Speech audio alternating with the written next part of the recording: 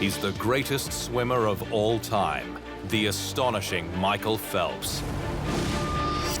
And two of the men whose records he matched and then obliterated, Ian Thorpe and Mark Spitz. The only woman to have won the blue ribbon 100 meters freestyle at 3 consecutive Olympic Games, the incredible Fraser. 4 of swimming's most decorated athletes. This is the Immortals.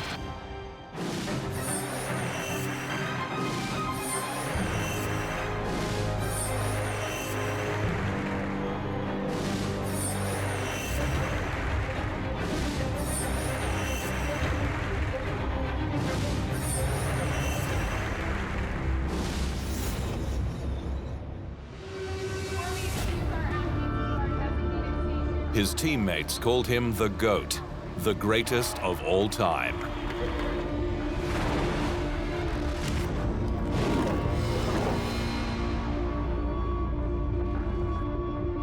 There are 23 reasons why Michael Phelps is the greatest Olympian. Most mere mortal athletes would be delighted with 1 gold medal. Phelps, the brilliant American swimmer, won 8 in a single Olympics at Beijing in 2008, and 23 by the time he wound up his career at Rio de Janeiro in 2016. They are numbers that cannot be argued with. Phelps overtook the previous record overall medal tally of 18, held by the Soviet Union gymnast Larissa Latynina, who watched him eclipse her landmark in London in 2012. I would like to wish him that he doesn't look back into the past at his records, but remains a normal, good, kind person, because that's the most important thing in life. But he smashed everyone's records. He even obliterated the iconic swimmer Mark Spitz's feat of 7 gold medals in a single Games, set at Munich in 1972.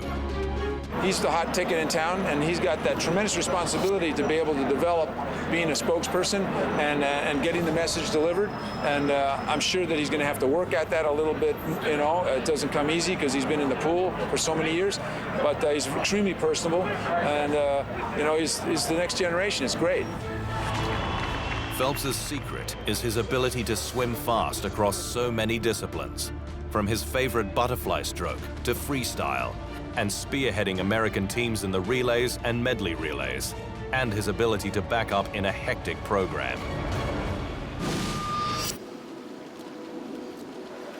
His final career tally, assuming that he does not come out of retirement, is 28 medals, 23 gold, 3 silver, and 2 bronze, across 5 Olympic Games representing the USA.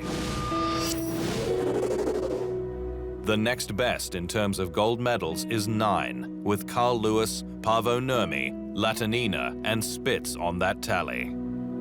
There is a gulf between them that might never be bridged. I did what I did in the last millennium, or the last century. It's a new century, and it's Michael's time, so I'm really congratulate him. He's a great kid, and he's going to do great things, and hopefully people can follow his model for what the Olympic spirit is, because he embellishes everything of what it means. Michael Phelps also had longevity. He competed in the 2000 Sydney Olympics as a young man without conspicuous success. Won 6 golds at Athens in 2004. His record 8 golds in Beijing 4 years on, 4 at London in 2012, and then crowned his career with 5 golds in Rio in 2016. Not to mention the fact he won 26 FINA World Championship gold medals in between his Herculean Olympic feats. He is swimming's all-time golden boy. Still to come on the Immortals, inside the greatness of Michael Phelps.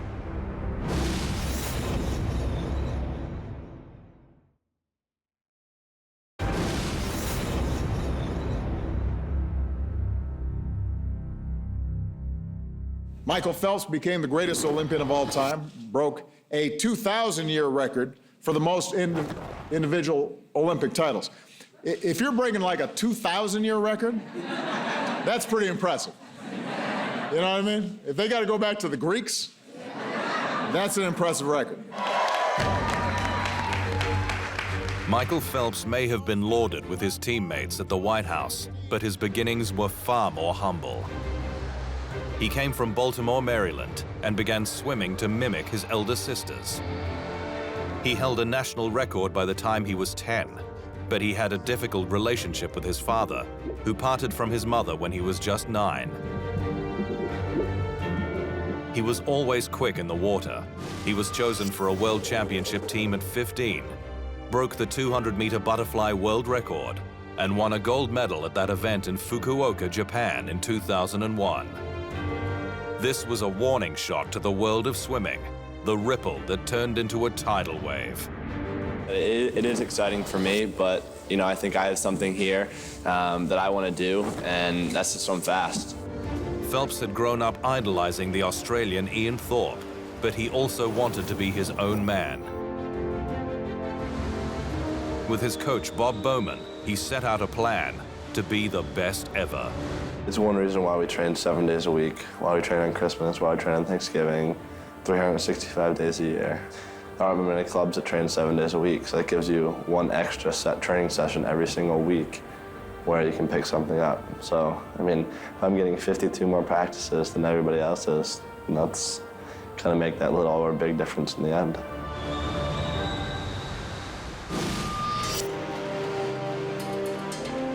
There was always something different about the way he sliced through the water and powered off the walls.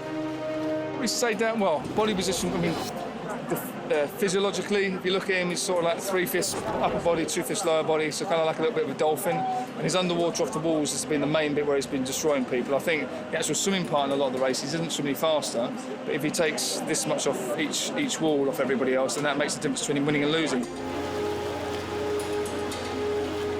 Phelps had his difficult moments.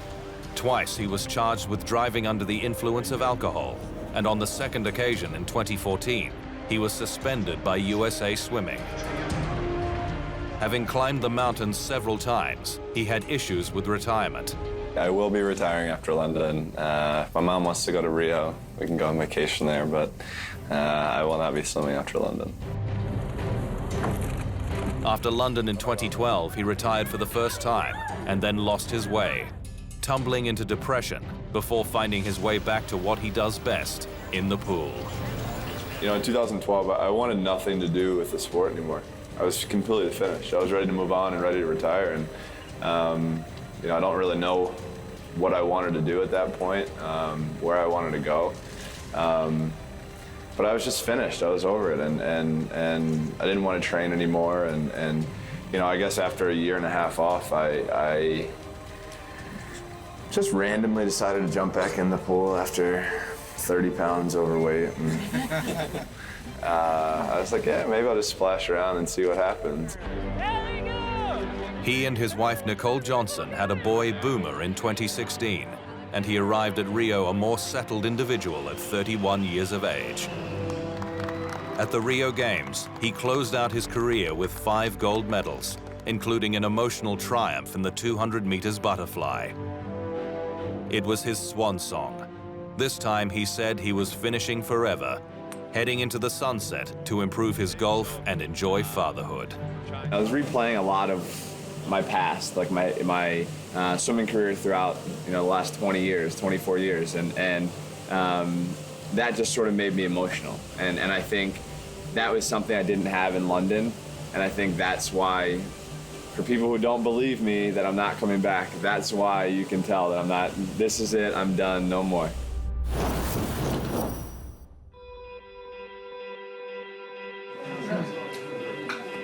You can count them on one hand. From his explosive performance at the 2004 Olympics until his retirement in 2016, Michael Phelps was beaten by just 3 men in individual Olympic finals. They are swimmers who have something to boast about. In 2004, at Athens, Phelps was beaten into third place in the 200-meter freestyle by his hero, Ian Thorpe. Even more shocking to the world of swimming was the 5/100ths of a second eclipse of the great man by South African Chad le Clos in the 200 butterfly at the 2012 London Games. I think that's something that will live with me forever, you know. I don't think I could ever, you know, comprehend what actually happened there, you know. Like, you know, he never lost a race in Beijing, and, you know, this Olympics he lost 2, you know. So for me to say that I was one of those people, like, there's only 2 people in history to beat him, and I was one of them. So, you know, it's a really proud moment for me, and I think the gold medal means obviously the most. You know, the gold medal is awesome, but I think it made it even more special as being Michael. It is a measure of Michael Phelps's greatness that his rare defeats, in a sense, are as memorable as his triumphs. In his last individual race at an Olympic Games, at Rio in 2016, Singapore's Joseph Schooling pipped him in the 100 butterfly, an ironic finish to an incredible career. But Schooling himself put the result into perspective. It's nice for me and my support group that I beat Michael in his last race, but I think he's still the best athlete or best Olympian ever, hands down. There's no questions asked. 23 gold medals. No one's come close to that. We may never see another one like him, and if by chance we do, it will be well worth savoring. You know, for me, people always say, they're like, would you want to see your record get broken? I said, of course I would. I mean, you know, like, for me to be able to see that, that's, you know, for me, it's showing that there's a kid out there that's hungry enough, that doesn't care what he has to sacrifice, the pain he has to go through. It doesn't matter. He wants to be the best, or she wants to be the best. And I think that's something, if I could see that one day, it would be just an absolute treat.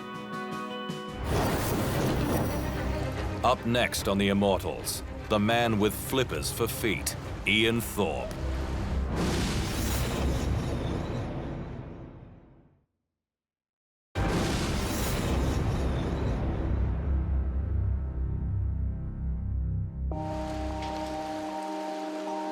In most sports, the greatest seem to do it easily, and Ian Thorpe came under that category.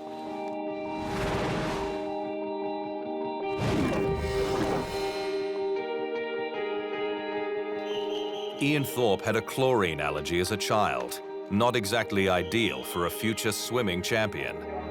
But he also had certain physical advantages. Chosen to swim for Australia at 14, the youngest ever, Thorpe grew to 196 centimeters and had size 17 feet, a natural pair of flippers that carried him through the water without any apparent effort. Before the arrival of Michael Phelps, he was the megastar of world swimming. In fact, Phelps grew up in Baltimore, idolizing the man nicknamed the Torpedo. They crossed paths briefly at the 2004 Olympic Games, before Thorpe faded out, retired in 2006, then made several aborted comebacks. His legacy is significant. Thorpe was 4 times World Swimmer of the Year in 1998, 1999, 2001, and 2002. He dominated 2 Olympic Games, at home in Sydney in 2000, where he won the 400 meters freestyle, and at Athens in 2004, where he won the 200-400 double. His 5 Olympic gold medals, which includes 2 relay golds, is the most by any Australian in any sport, just ahead of the iconic Dawn Fraser. He also won 11 world championships, and at one point in 2001, he held world records in 3 different events, the 200, 400, and 800 meters. At the 2001 FINA World Championships in Fukuoka, Japan, he won 6 gold medals, the first to do so, adding 3 relay golds to his individual wins at 200, 400, and 800. Thorpe was still a boy when he exploded onto the world stage with a World Championship relay gold in 1998 and had to grow up in the spotlight. It was never as easy as it seemed, and years later, he revealed he had battled depression. when I was quite young. I was, probably in my mid-teens when I realized that there was something that wasn't quite right. And, it wasn't, and at that time, I didn't know that it was depression. And it wasn't until a little bit later that I actually went to seek some help, because I knew that there was something that was just not quite right about me at that stage. In 2006, at just 24, he retired, saying that swimming had given him a security net that he needed to move away from. I'm a nerd. Like, I'm just someone that happened to be good at sport as well. I educated myself by reading books on planes, traveling around the world. I like beautiful things in the world. I like the aesthetics of those things. This is what I like. But 5 years after he walked away from the sport, Ian Thorpe decided that he wanted to return for London in 2012.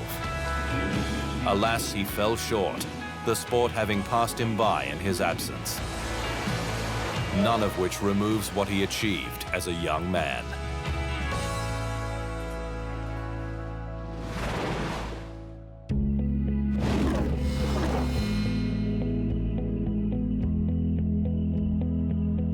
Long before Thorpe and Phelps, there was Mark Spitz, American superstar and winner of 7 swimming gold medals in a single Olympic Games at Munich in 1972. At 18, he won 2 relay golds in Mexico City in 1968, but was perceived to have underachieved, having gone into the meet as a holder of 10 world records. They said I was a failure. He returned to America and attended Indiana University to study as well as train harder under the legendary coach James Doc Councilman, where his teammates nicknamed him the Shark. By 1972 in Munich, he was ready. The 100-meter men's butterfly is off to a fast start at the Schoenberg Sports Center.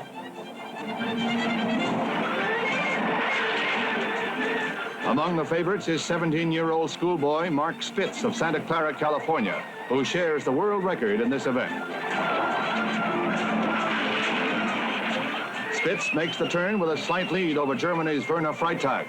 The pace is fast as Spitz churns his way down the final pool length, opening his lead steadily, showing great strength. All alone, Spitz sets a new world record, and the next day sets a second world record in the 200-meter butterfly. A great champion. He entered 7 events, but was fearful of being beaten in the 100 meters freestyle, anxious that it would spoil his clean sweep. If I swim 6 and win 6, I'll be a hero. If I swim 7 and win 6, I'll be a failure. But he need not have fretted. His haul began by winning the 100 meters freestyle in world record time. And by the time he swam the butterfly leg of the medley relay for the United States for another gold a few days on, he had 7. He won the 100 meters freestyle, 200 freestyle, 100 butterfly, 200 butterfly, 4x100 freestyle relay, 4x200 freestyle relay, and 4x100 medley relay, each event in world record time. No one had done it before, and it remains one of the most astonishing performances in Olympic history. An Italian fencer and American shooter had held the single games record of 5 gold medals each back in 1920. That night, as the world contemplated Spitz's Herculean efforts, Palestinian terrorists attacked the athletes' village in Munich, killing 11 Israeli athletes. Spitz, who was Jewish, was spirited away safely as the games endured their darkest day. When he returned home, he retired from swimming and left his records to speak for themselves. In 2008, when Michael Phelps trumped his 7 with 8, Spitz expressed relief, and Sports Illustrated reprised its famous cover shot, this time with Phelps and his rivers of gold. It was amazing. I had gold chains, and I didn't have those fancy suits, so he has all of those ribbons. Pretty impressive. I think the medals are a little larger than mine, or maybe it's just because he's got 8 of them and I only had 7. Michael Phelps was $8 million. Mark Spitz became a commentator, public speaker, and worked in real estate. If he had been born 20 years later, he would have earned millions from his career. But the memories he left are irreplaceable. I think any sport that's had an icon come from it is always searching for the next Michael Jordan or the next, Michael Phelps for that matter. And it could be a long time in coming. It's human nature to want to know who's going to be the next star that we can follow, who's going to be the next inspiration for those in the sport of swimming or whatever the sport might be. When we return, arguably Australia's greatest Olympian, the maverick Dawn Fraser.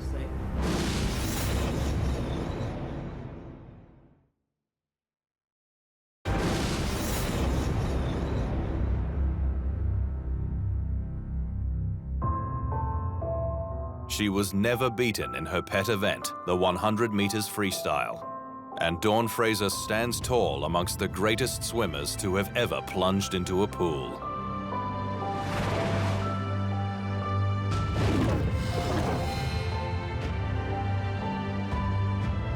Australia's Dawn Fraser is the only person to win the 100 meters freestyle at 3 consecutive Olympic Games, stretching from 1956 in Melbourne to Rome in 1960 and Tokyo in 1964. The Melbourne and Tokyo victories bookended an amazing career in which she set 23 individual world records, also won 4 Olympic silver medals and 6 Commonwealth Games gold medals. Fraser grew up on the North Shore of Sydney, Australia, one of 8 children, and was swimming competitively by the time she was 14. She was just 20 and the darling of her native country when she won the 100 meters at the 1956 Melbourne Games in a world record 1 minute 2 seconds in an Australian medal sweep. Fraser was part of an Australian team that also won the 4x100 meter relay gold in world record time. She backed up in the 100 meters at Rome in 1 minute 1.2 seconds, an Olympic record. Then in October 1962, became the first ever woman to swim the 100 in less than a minute, touching the wall in 59.9 seconds at a meet in Melbourne. She later lowered the mark to 58.9 seconds and held the world record in the 100 meters for 15 years, from 1956 to 1971, until another Australian, Shane Gould, finally cracked her mark. But her triumph at Tokyo in 1964 was the most remarkable of all, surrounded as it was by tragedy and controversy. After winning selection for her 3rd Olympics, Fraser was involved in a car accident in Sydney, in which her mother Rose was killed, and for a time she thought it would be impossible to compete in Japan. Ultimately, she went to the Olympics on a mission, albeit with a heavy heart. I decided that I wanted to win it for Mum, and that was my inspiration.